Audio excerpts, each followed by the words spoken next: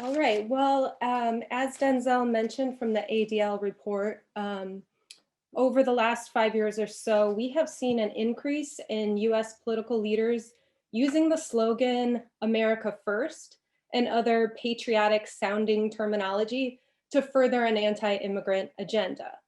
America First as policy in recent years has included everything from building a physical wall to exclude refugees to the paper walls that make legal immigration nearly impossible for some. So the teaching resource that we're going to explore today, created for the Reimagining Migration website, will provide us a framework for understanding that this debate over who is and who is not an American has roots in the Ku Klux Klan's movement for white supremacy in the 1920s. And it will help us to clearly see links between hateful ideas and terminology on one hand and official US policy as an expression of xenophobia on the other. So this resource focuses on the Indiana Klan because it was a mainstream organization in the Hoosier states. As many as 1 in 4 white Protestant-born men in the state were Klan members, and perhaps just as many women as well. So while their ideas were extreme, they were in no way a fringe group at the time. I'm going to very quickly walk through this history, which you don't need to try to absorb everything. We're going to make this webinar available, and there is a more extensive essay on the Reimagining Migration site that comes along with the teacher resource. I'm going to be using a lot of primary sources created by the Klan itself. So while I have not included any images of violence or anything, there is hate speech and imagery that could be triggering to some people. So just a warning there. Now, a lot of times when we think about the Klan, we are actually picturing the first Klan, which emerged after the Civil War. And this was a Southern terrorist organization led by former Confederate soldiers and aimed at suppressing African Americans through intimidation and violence, including thousands of lynchings. The Klan that reemerged after World War I purposefully evoked this imagery to instill fear, but it was much, much different. The 1920s Klan was not a band of rogue vigilantes. It was a nationwide organization composed of average, white, middle-class Protestant Americans. It included farmers and lawyers and bankers, railroad workers, ministers, even mayors and governors.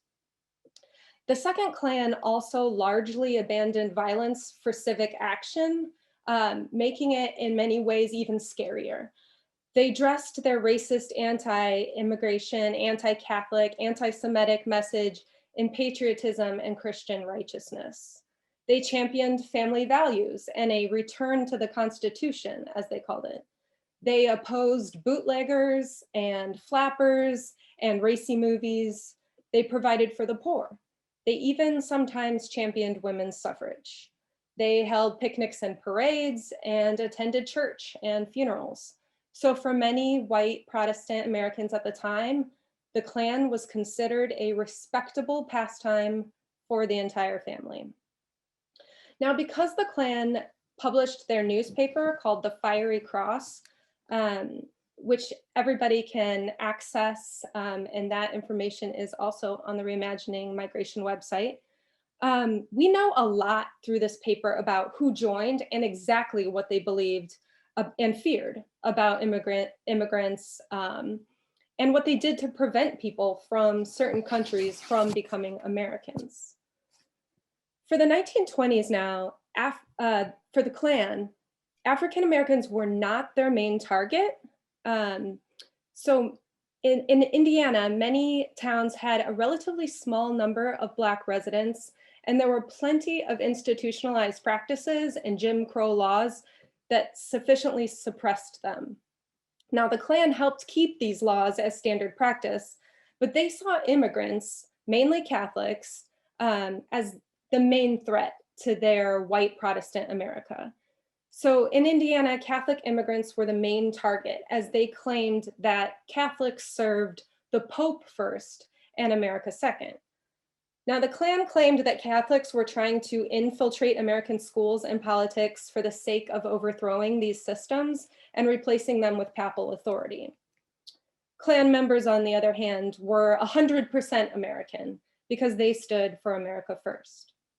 In an early KKK handbook called the Koran, the national organization suggested 10 questions that must be answered satisfactorily before naturalizing a new member. Now, most of them asked about the potential member's allegiance to the United States and Christian principles, with questions like, do you esteem the United States of America and its institutions above any other government, civil, political, or ecclesiastical in the whole world? Now, the word ecclesiastical in this context referenced the Roman Catholic Church. Other questions were more blunt, like, do you believe in and will you faithfully strive for the eternal maintenance of white supremacy? A Fiery Cross article said in a similar way, it is God's purpose that the white man should preserve purity of blood and white supremacy in this country. So throughout Klan literature, any reference to Christian virtue or Protestant values, any use of Christian symbols should be understood as being imbued with white supremacist ideas. They believed that it was their sacred duty to protect white domination of the US against the threat posed by immigrants who might have diverse religious or political views. In a 1923 speech, D.C. Stevenson, who lived in Indiana, right down the street from me actually, and was the grand dragon of the Indiana Ku Klux Klan, clearly laid out the organization's stance on who was and who was not American in a 1923 speech to Indiana coal miners. The Fiery Cross printed Stevenson's address in its entirety under this headline here, Immigration is Periling America. So first, he distinguished between old and new immigrants. The old immigrants were of Anglo-Saxon, German, and Scandinavian-born Americans who, according to him, founded the Republic through their strong morals and work ethic. He, of course, omitted any mention of the indigenous people who were here first, or the enslaved people upon whose backs the Republic was built, or the contributions of the many, many immigrant groups who also helped found the United States. Stevenson provided a history of an imagined past, one that was created solely by and for white people. Second, Stevenson plainly identified the enemy of white Protestant America as these new immigrants coming from Southern and Eastern Europe, who he claimed were arriving in great hordes. Third, he cited various ways that the new immigrant was inferior to the older type. Using examples based in the later discredited pseudoscience of eugenics, Stevenson furthered his arguments about the inherent inferiority of the new immigrants. For Klan leaders, the language of eugenics gave them scientific facts to present as evidence while lobbying to block immigration. In his speech, Stevenson presented reports from eugenicists claiming that the new immigrants were less intelligent, more prone to disease and mental disorders, and harbored criminal tendencies. Fourth, Stevenson claimed that the old immigrants spread out across the country and set up small farms, while the new immigrants gathered in already crowded cities and refused to assimilate. Here he blamed them for decreased standard of living and reduction in wages. Stevenson closed his speech with the message that the Klan and its millions of members, estimates range from 4 to 6 million, that they demanded that Congress must adopt a permanent immigration law. So we know what the leaders are saying, but how do we know that the average Hoosier who joined the Klan actually supported this message of white supremacy? Well, one way that Klan members made their support public and highly visible was through large and elaborate parades. In September 1923, 1,500 Klansmen marched in a huge parade through the town of Terre Haute, led by the No. 7 Klan Band. Signs on floats read, "Uphold the Constitution" and "America First." Local police helped handle traffic, and a traction company provided special cars to transport the Klansmen and women to the Klan grounds north of the city. Here there were speakers and new member initiation ceremonies for hundreds of candidates. While these new Hoosier Klan members took their oaths of allegiance, a fiery cross was lighted.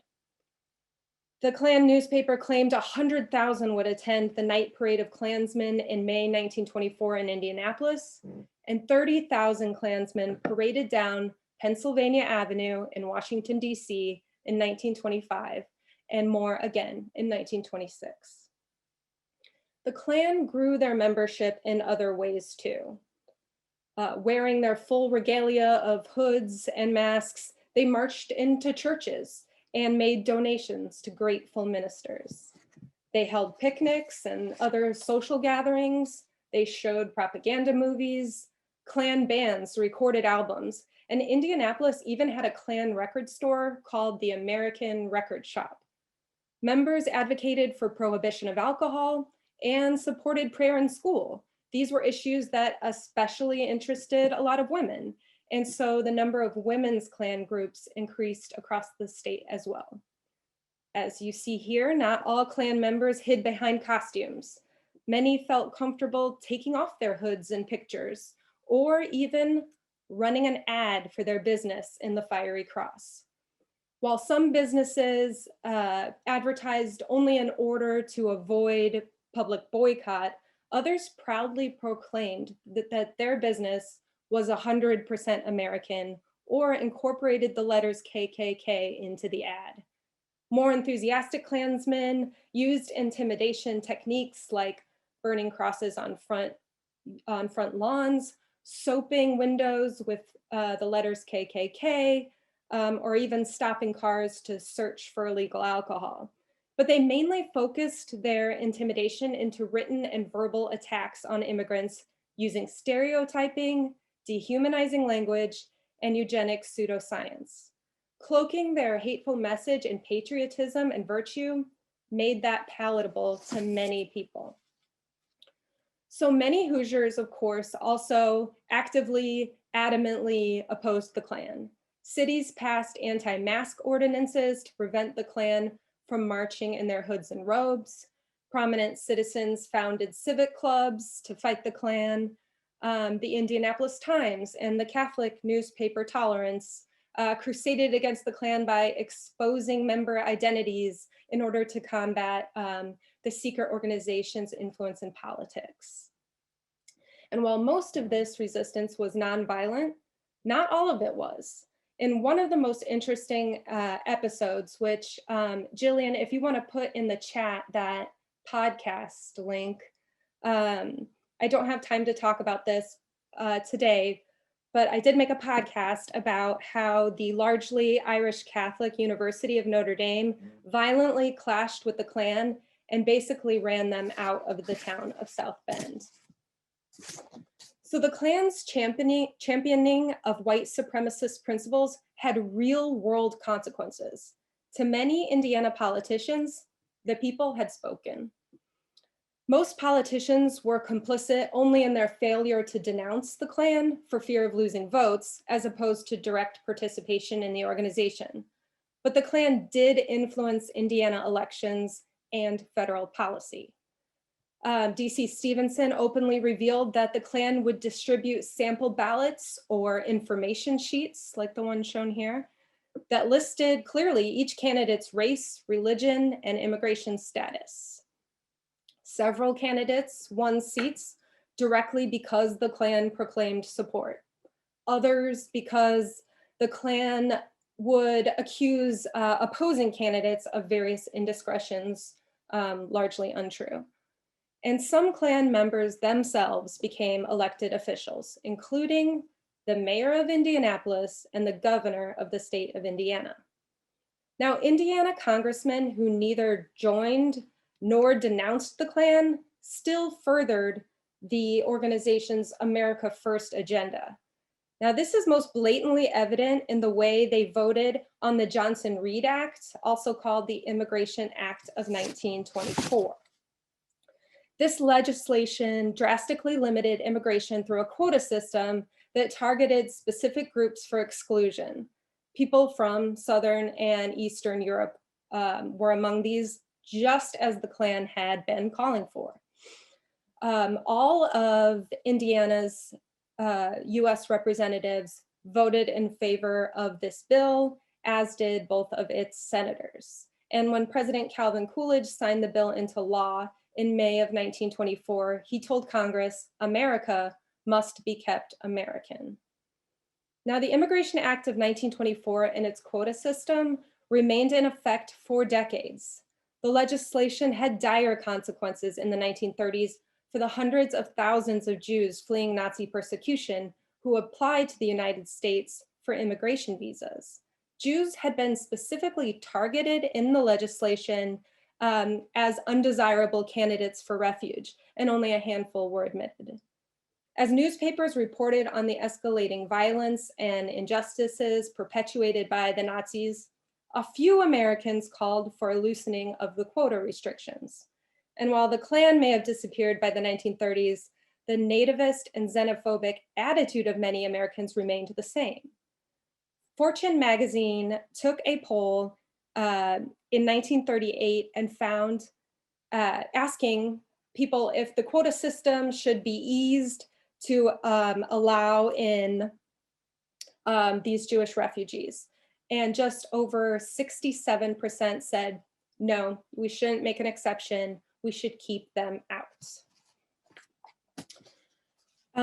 Even a bill requesting a temporary easing of the quotas to rescue child refugees of Nazi terror failed in the Senate. The persecuted Jews of Europe found no refuge in the United States, and many were murdered in the Holocaust.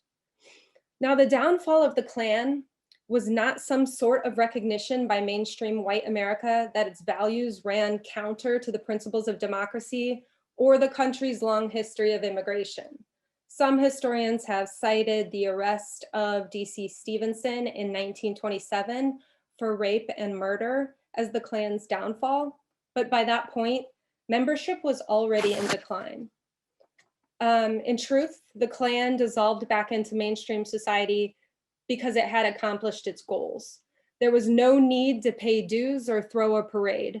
The immigration policies demanded by the Klan were encoded in law. They had succeeded. So leaving you with one final thought, in the 1920s, the United States actually allowed a hate group to influence policy and determine who could become an American.